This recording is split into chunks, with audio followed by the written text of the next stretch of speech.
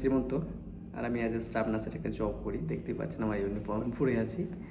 তো বিষয় হলো যে আমি ট্রিটমেন্ট রিলেটেড ভিডিও বানাই, কিন্তু আজকে আমাকে অনেকেই ফোন বা মেসেজ করছে যে নার্সিং জবের জন্য।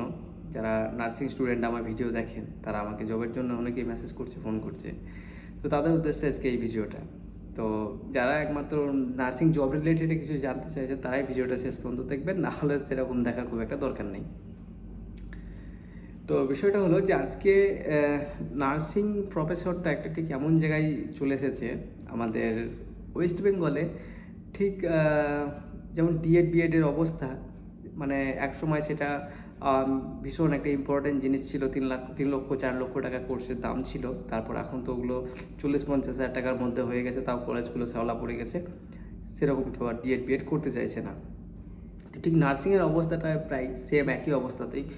এখন এত ছেলেপিলে ডিপ্লোমা এবং নার্সিং বিএসসি করে ফেলেছে যে ওয়েস্ট বেঙ্গলে তো কোনো ভ্যাকেন্সি নেই। ওয়েস্ট বেঙ্গলে কাজ যদি বা অফার করছে এমন এমন প্রস্তাব রাখছে যেগুলো করা সম্ভবই নয়। কারণ ওয়েস্ট বেঙ্গলে করতে গেলে বলছে যে 12,000 টাকা বেতন, 30 দিন ডিউটি, 12 ঘন্টা ডিউটি। তো এটা কোনো জব অফারের মধ্যে পড়ে না। এটা তো এক রকমের মানে পানিশমেন্ট, হ্যারাসমেন্ট, মানে কি বলবো এটাকে নিয়ে।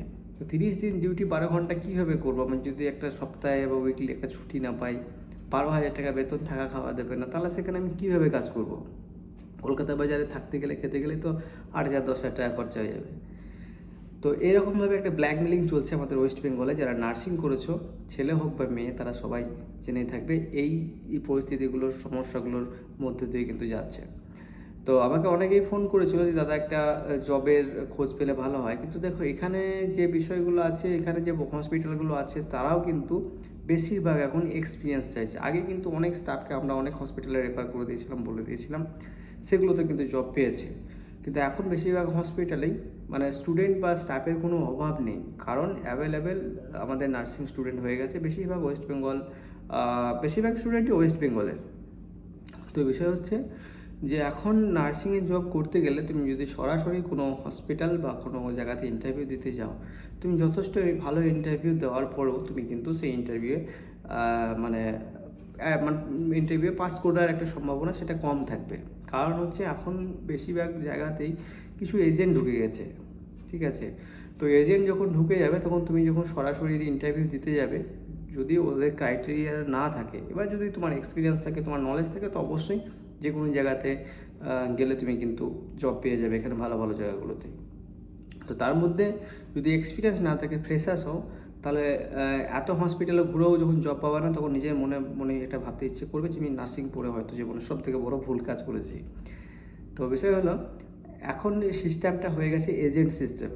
তো কিছু এজেন্ট রয়েছে যারা কাজ করিয়ে দিচ্ছে, একদম প্রপারলি কাজ করিয়ে দিচ্ছে। করিয়ে দেওয়ার পরে কিন্তু কিছু টাকা পয়সা ওদের, যেটা মানে একটা এজেন্টের ব্যবসা, সেটা কিন্তু ওরা কিছু টাকা পয়সা নিচ্ছে। তো যদি সেরকমভাবে কোনো স্টুডেন্টের মানে কাজ খুঁজে পাচ্ছে না বা কিছু, তো তাদেরকে আমি বলবো যে যদি দরকার হয় কিছু এজেন্ট ধরেও মিনিমাম যে কোনো একটা ডিপার্টমেন্টে 1 বছরের এক্সপিরিয়েন্স করে নেওয়াটা ভীষণ জরুরি।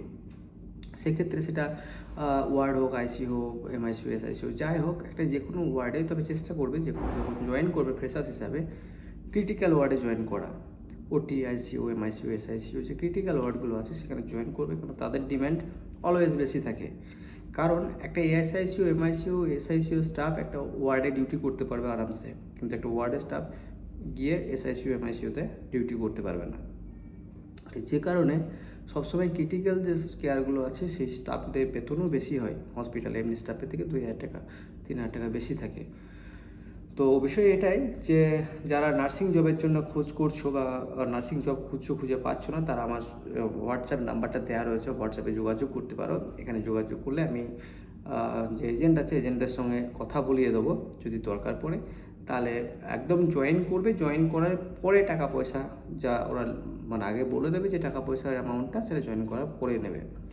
তবে আগে কাউকে টাকা দিয়ে জয়েন করবে এরকম কোথাও মানে করতে চাইবে না, কারণ অনেকেই আমি দেখেছি এখন এটা এক ধরনের বিজনেস হয়ে গেছে, ফ্রড করছে, অনেকের কাছে টাকা নিচ্ছে, ফ্রড ইমেল পাঠাচ্ছে, ফ্রড অ্যাপয়েন্টমেন্ট লেটার পাঠাচ্ছে। তো এগুলো সমস্তগুলো কিন্তু মানে না করাটাই বেটার। তবে যদি কারো জবের সমস্যা হয়ে থাকে, সেক্ষেত্রে হায়দ্রাবাদ, ব্যাঙ্গালোর এই 2-3টে জায়গাতে জবের ভ্যাকেন্সি এখন আছে, কিছু এজেন্ট মাধ্যমে। যদি কারোর দরকার পড়ে অবশ্যই আমার হোয়াটসঅ্যাপ নাম্বারে কন্ট্যাক্ট করবে, আমি যথারীতি হেল্প করার চেষ্টা করব। ধন্যবাদ।